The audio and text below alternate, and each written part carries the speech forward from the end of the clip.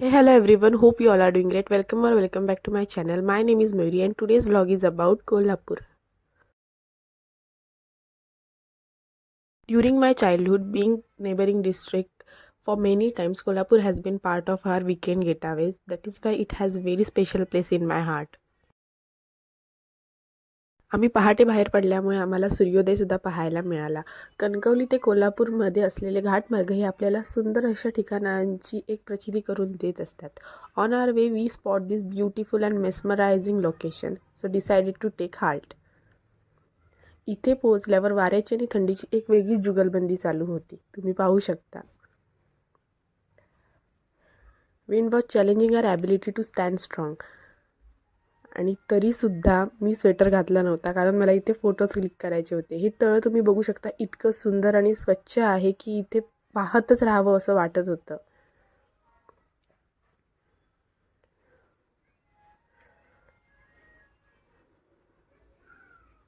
तुम्ही सुद्धा इथे आल्यावरती हे प्लेस नक्की एक्सप्लोअर करा. आम्ही सकाळी म्हणजे पहाटे बाहेर पडल्यामुळे आणि इथे आम्ही जवळजवळ 7-7:30 वाजता होतो, त्यामुळे इथे वारा प्रचंड होता. खूप दिवसांनी व्लॉगिंग करायचं ठरवल्यामुळे माझ्यात अजून तेवढा कॉन्फिडन्स बिल्ड होत नव्हता की मी काहीतरी बोलेन, आणि वारा त्याला अजून जास्त प्रोत्साहन देत होता.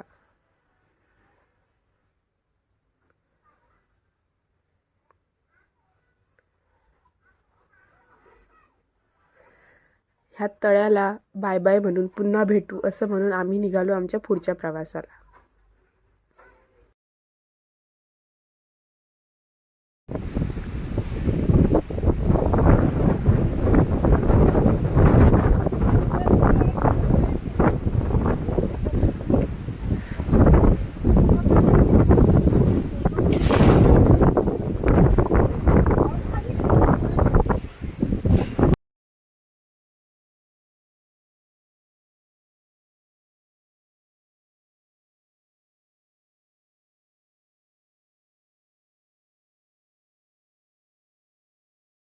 लवकर बाहेर पडल्यामुळे आम्ही काही नाश्ता केला नव्हता, त्यामुळे आम्ही फूड ब्रेकसाठी इथे थांबलो. तर ह्या हॉटेलचं नाव होतं हॉटेल विठू माऊली. राधानगरी बस स्टँडच्याच बाजूला हे होतं आणि इथे आम्ही मसाला डोसा खाल्ला.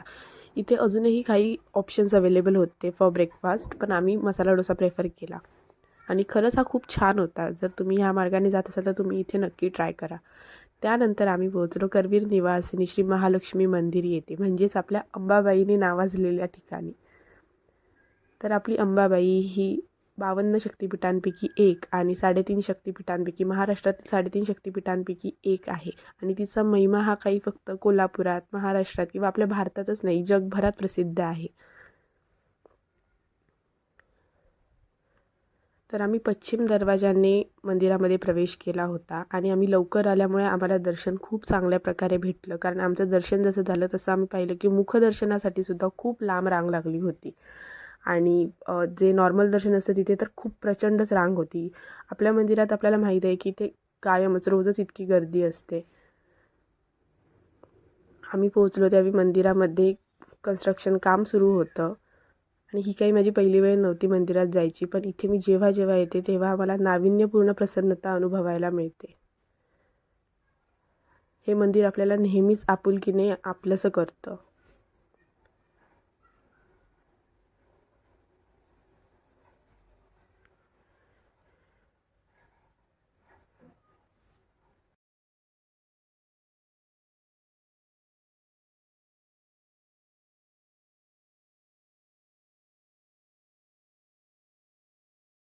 मंदिराचा इतिहास हा हजारो वर्षांपूर्वीचा आहे आणि इथे आल्यावरती एक वेगळीच भक्ती अनुभवायला मिळते.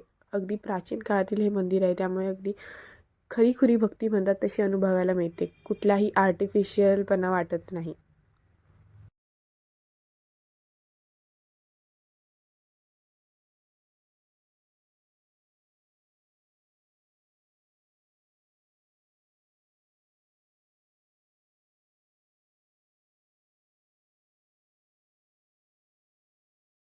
मंदिरामध्ये आतमध्ये गाभाऱ्यामध्ये मोबाईल्स अलाउड नसल्यामुळे मी काही आतमध्ये शूट केलं नाही, पण तुम्ही बाहेरूनच देवीचं दर्शन घ्या.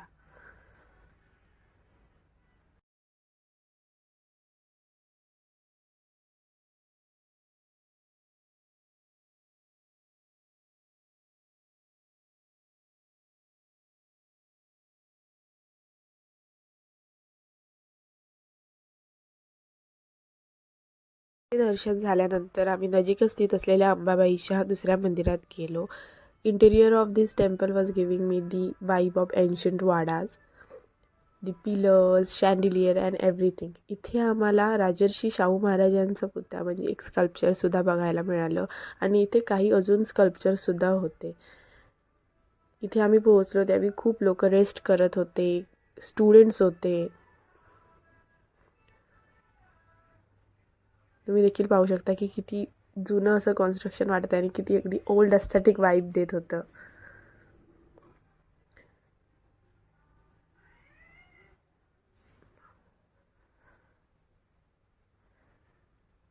इथे बाजूलाच एक छोटी वॉटर बॉडी होती ज्यामध्ये काही कासव होते. मला एक कासव दिसलं सुद्धा. तुम्हाला दिसतंय का मला नक्की सांगा.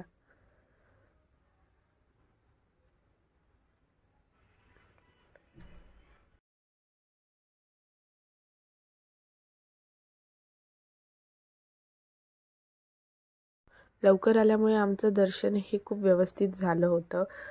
पण इथे लवकरसुद्धा खूप गर्दी व्हायला सुरुवात होते. त्यामुळे तुम्हाला जर दर्शनासाठी यायचं असेल तर तुम्ही जरा अजून लवकर येत जा, म्हणजे पहाटेच येत जा. दर्शन झाल्यानंतर आम्ही भाजी मार्केटच्या इथल्या कपिल डेअरी येथे लस्सीचा स्वाद घेतला आणि ही लस्सी इतकी दाट आणि सुंदर होती. मधुर लस्सी म्हणतात हीच ती लस्सी असं वाटलं. तुम्ही इथली लस्सी टेस्ट केली आहे का हे मला नक्की कमेंट करून सांगा.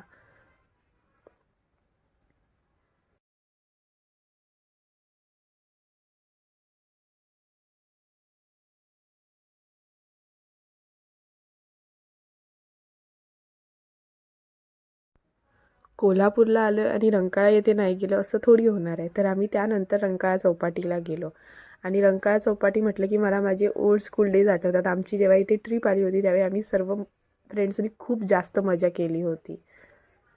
तर इथे संध्याकाळ झाली होती. तुम्ही बघू शकता सूर्याचा प्रकाश किती प्रचंड प्रमाणात फील होत होता.